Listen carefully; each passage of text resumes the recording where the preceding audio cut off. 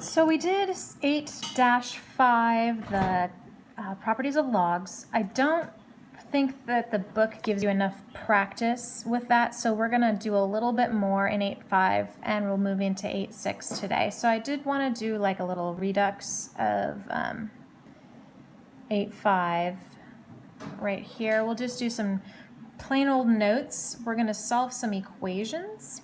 So we're going to solve 2 log base 7 of x equals log base 7 of 27 plus log base 7 of 3.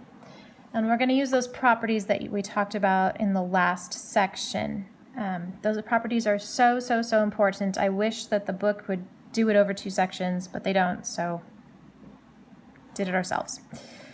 So we're going to use the properties of logs to help solve these equations. So right now you've got the 2 in the front, so we could rewrite this as log base 7 of x squared equals, this is the addition, so log base 7 of, since it's addition, we can take 27 and multiply it by 3.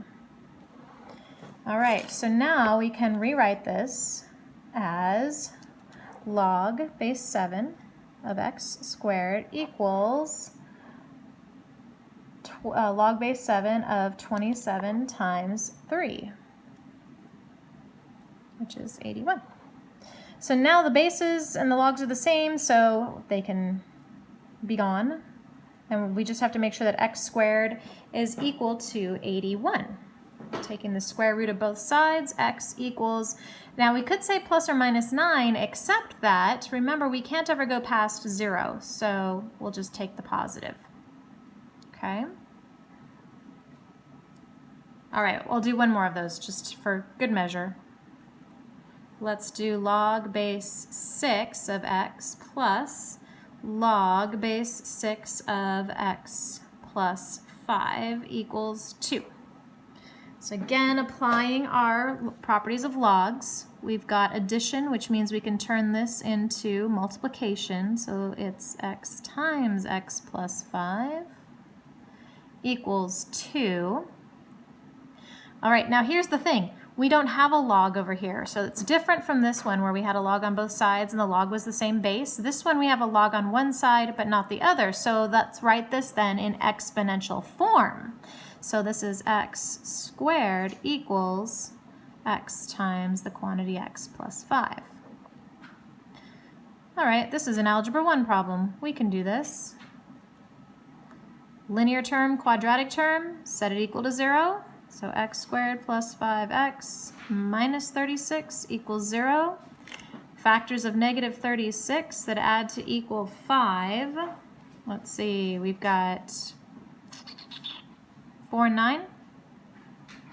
And it looks like the 4 has to be negative. So x minus 4 times x plus 9 equals 0. So I have 4, x equals 4, or x equals negative 9 as my options. So let's go back and make sure that, oops, negative 9, sorry. Let's go back and make sure these work. If I plug in a 4, this is looking okay. If I plug in the negative 9, though, there's the problem. This cannot be negative, and if I plugged in a negative 9, they would be. So extraneous solution there, we will keep the x equals 4. All right? So that's how you can use your properties to solve. Let's move into 8-6. So this is common logarithms. And this is where your calculator is happiest. So you'll have something like solve or find, round your answer. So it's log of 7. And we've talked about it. When there's no base, there actually is a base. It's base 10. And that's the one that your calculator likes.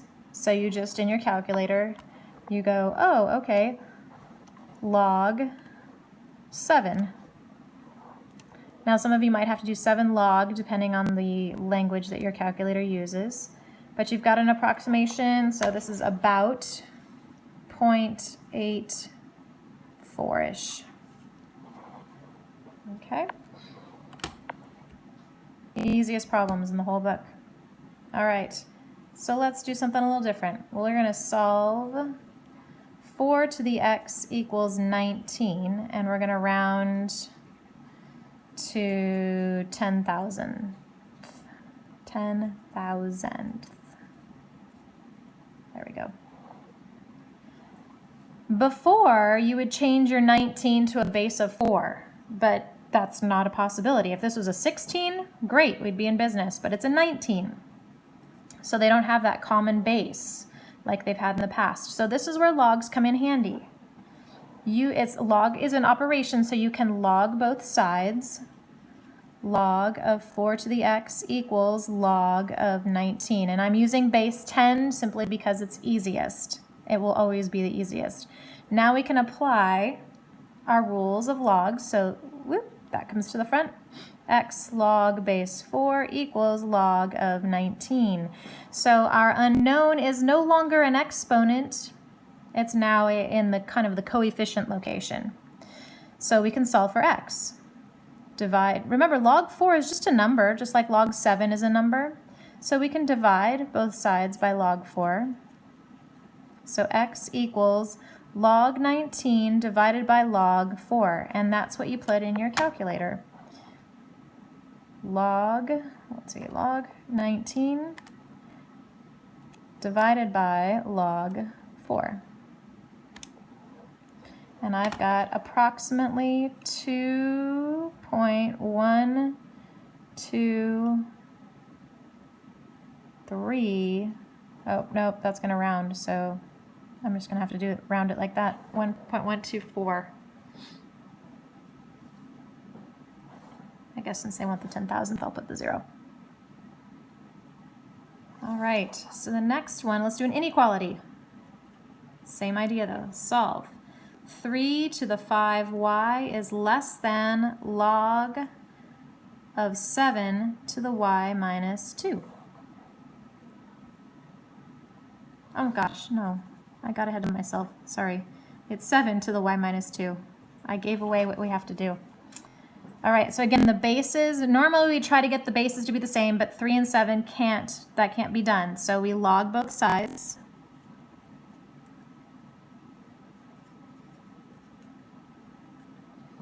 And then we can move our exponents to the front using the power property.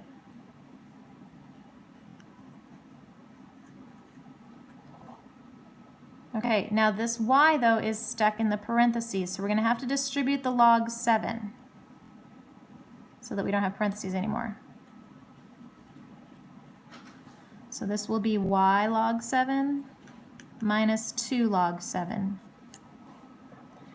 We need to get the terms that have the y variable in them together on one side. So I've got 5y log 3. I'm going to subtract the y log 7, but then leave the negative 2 log 7. Okay? And the reason for doing that is now you can factor a y out of both terms.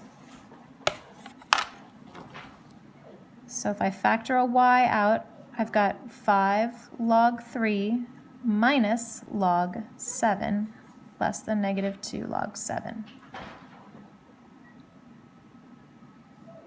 And then we can, remember this is a number, so we can just divide by this weird looking number. Lovely irrational number.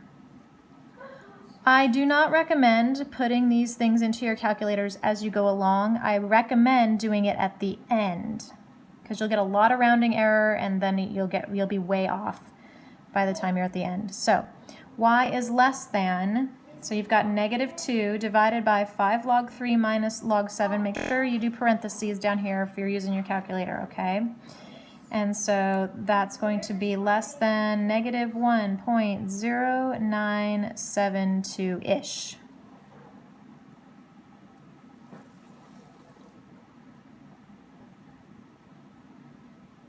All right, last thing I have to show you. This is great because this is the workaround. So if you have to find log base 3 of 20 and you're like, wait a minute, I can't do that. 3 to the what power equals 20? I have no idea. That's ridiculous, right? And my calculator doesn't do base 3, so what do you do? This is the beautiful part. Let me show you in general terms. Log base a to the n is equal to log base 10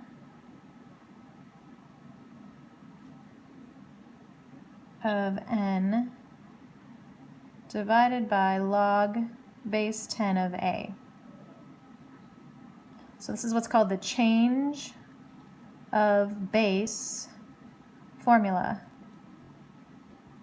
And you could actually do this for any base, but 10's the nicest because that's the one your calculator has. So if you have to do log base 3 of 20, that's just going to be equal to log base 10 of 20 divided by log base 10 of 3. Plug this guy in your calculator and you can approximate 2.7268-ish. That's the workaround. Isn't it nice? All right, I will see you guys in Zoom and we can talk logs.